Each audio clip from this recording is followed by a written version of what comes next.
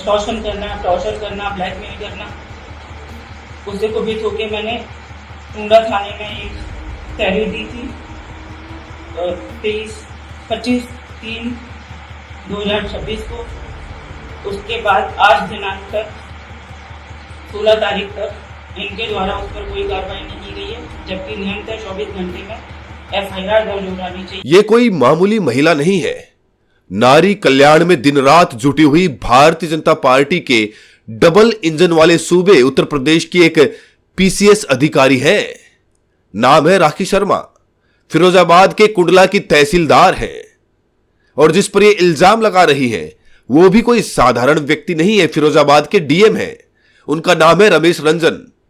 और रमेश रंजन पर जो इल्जाम है वो भी साधारण नहीं है। एक महिला PCS अधिकारी को ब्लैकमेल करके उससे iPhone और iWatch तक लेने का इल्जाम है। लेकिन कहानी इतनी ही नहीं है, इससे बहुत बहुत आगे की है। उत्तर प्रदेश की ब्यूरोक्रेसी में इन आरोपों के बाद से भूचाल आया हुआ है। फिरोजाबाद में टुंडला की तहसीलदार राखी शर्मा ने तहसील परिसर में अपने ऑफिस में ही प्रेस कॉन्फ्रेंस करके कहा कि जिले के DM मेरा शोषण कर रहे हैं।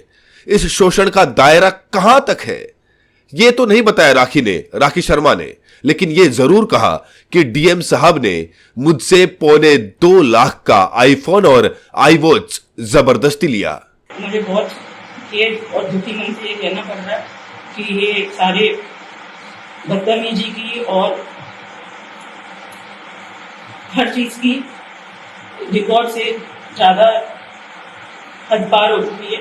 तहसीलदार राखी शर्मा ने बताया कि उनके खिलाफ जानबूझकर एक जांच शुरू की गई। इसे खत्म करने के नाम पर उनका शोषण शुरू किया गया और इसका सिलसिला चलता रहा। घंटों ऑफिस में बिठाया गया। 8 महीने की तनख्वाह रोक दी गई, जो हाईकोर्ट जाने पर ही रिलीज हुई। उन्होंने मुख्यमंत्री योगी आदित्यनाथ से मामले की जांच की मांग की, लेकिन इसके बाद राखी शर्मा ने जो आरोप लगाए हैं उसने पत्रकारों में भी हड़कंप मचा दिया। उन्होंने कहा कि DM ने मेरे पीछे 3 पत्रकारों को लगा दिया जो लगातार मेरा पीछा कर रहे थे। राखी शर्मा के मुताबिक इसमें ABP गंगा न्यूज चैनल के पत्रकार रवि गुप्ता, नेशनल अफेयर्स रामपाल चौधरी और राजीव गौतम शामिल हैं। तहसीलदार ने इन तीनों पत्रकारों के समूह को DM के लिए काम करने वाला एक गैर कानूनी गैंग कहा है, जो किसी वीडियो को वायरल करने की धमकी देता है। इसके बाद भी इनका जब मन नहीं भरा, उनके द्वारा और इनके बाबुओं के द्वारा मेरे पीछे एक ABP गंगा न्यूज चैनल है, उनके पत्रकार है रंजीत गुप्ता, एक नेशनल एक्सप्रेस रामपाल चौधरी और राजीव गौतम, ये तीनों पत्रकारों का एक गैंग है। उनके द्वारा लगातार वीडियो वायरल कराई जा रही है। और सर, मैंने SHO टुंडला को एक तहरीर दी थी। ये आरोप बहुत ही गंभीर किस्म के हैं और राखी शर्मा कोई मामूली शख्स नहीं है। आपको फिर से बता दें, PCS अधिकारी है और आरोपों के मुताबिक अगर एक PCS अधिकारी को इस तरह DM से लेकर राह चलते लफंगे तक परेशान कर रहे हैं तो नारी वंदन वालों को सोचना होगा कि पानी सिर के ऊपर से कब का गुजर चुका है। ठीक नहीं, और ये भी नहीं कहना चाहिए था, लेकिन जब पराकाष्ठा के पार हो गई सारी चीजें, लिमिट क्रॉस हो चुकी है, मेरे पास कोई दूसरा ऑप्शन नहीं है। तहसीलदार PCS अधिकारी राखी शर्मा ने तो यहां तक आरोप लगाया है कि फर्रुखाबाद के DM अभी भी जो iPhone इस्तेमाल कर रहे हैं ये वही फोन है जो उन्होंने ब्लैकमेल करके जबरन लिया था। इसकी जांच होनी चाहिए। राखी शर्मा का कहना है कि उसका बिल और बाकी दस्तावेज उनके पास वैसे के वैसे रखे हुए हैं। राखी शर्मा ने कहा कि 4 नवंबर 2025 की रात आगरा का एक शोरूम फोन का स्पेशली देर रात तक इसीलिए खोले रखा गया क्योंकि OSD के माध्यम से इसकी डिमांड की गई थी। मुझे बार बार फोर्स किया गया, मजबूर किया गया, जबकि मुझे सैलरी तक नहीं मिल रही।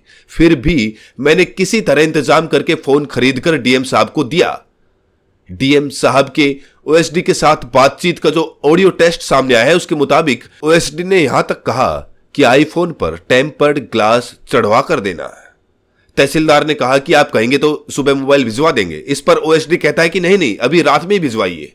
हम आपको फिर से याद दिला दें कि ये सारे आरोप उत्तर प्रदेश की एक महिला PCS अधिकारी अपने जिले के सबसे बड़े IAS अधिकारी पर लगा रही हैं। अब जरा सुनिए वो पूरा वीडियो जो राखी शर्मा ने उत्तर प्रदेश के मुख्यमंत्री योगी आदित्यनाथ को संबोधित करते हुए जारी किया है।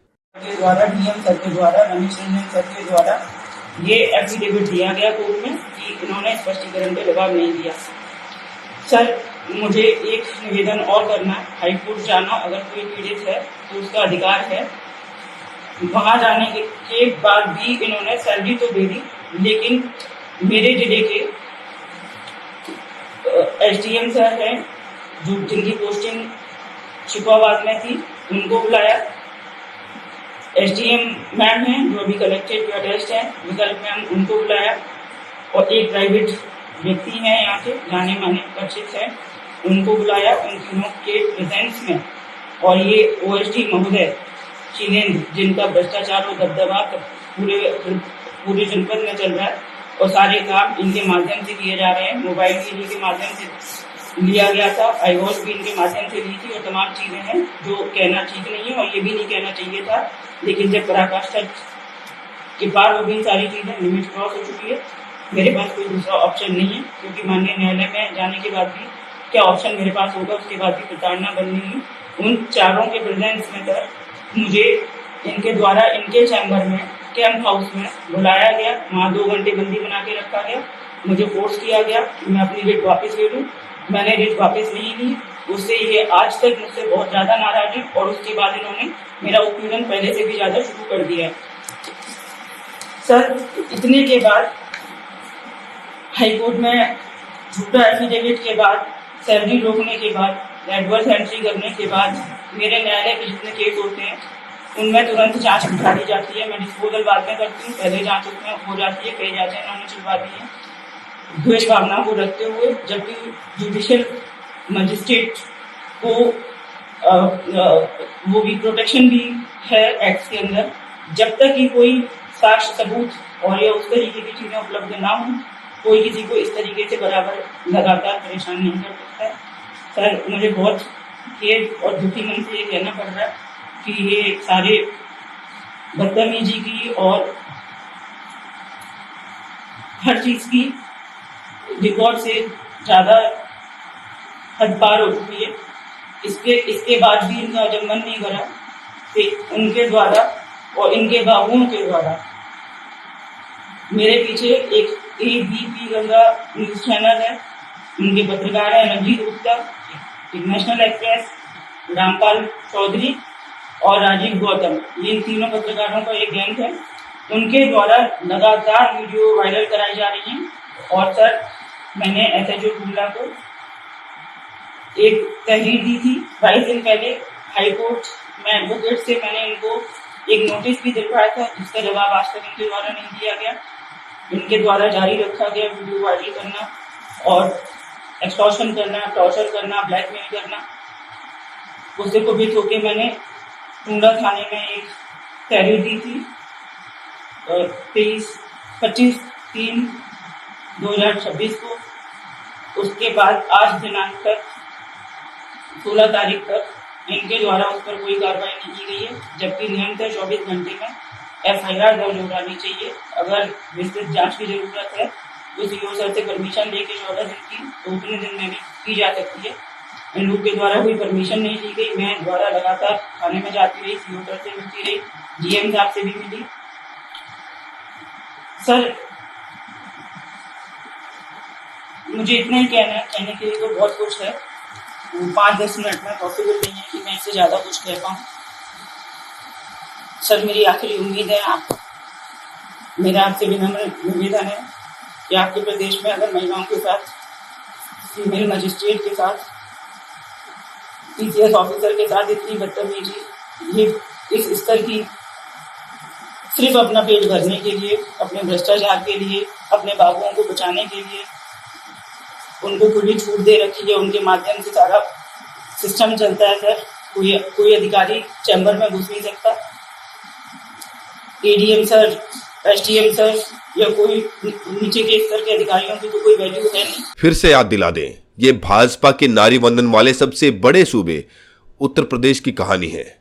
जरा सोच कर देखिए, कल्पना करके देखिए, कितना कुछ झेला होगा PCS राखी शर्मा ने, कितना बर्दाश्त किया होगा। और जब लगा होगा कि कोई रास्ता नहीं बचा है, तब सार्वजनिक तौर पर DM के ऊपर ये आरोप लगाए होंगे। आपको क्या लगता है, इस लड़ाई में राखी शर्मा को न्याय मिलेगा क्या, या डीएम को एक छुट भैया जांच का नाटक करके साफ बचा लिया जाएगा? इस वीडियो में इतना ही। बाकी आप इस मुद्दे पर क्या सोचते हैं, आपकी अपनी प्रतिक्रिया क्या है, कमेंट्स में जरूर बताएं और साथ में यह भी बताएं कि आप ये वीडियो देश के किस कोने से देख रहे हैं। बहुत बहुत शुक्रिया।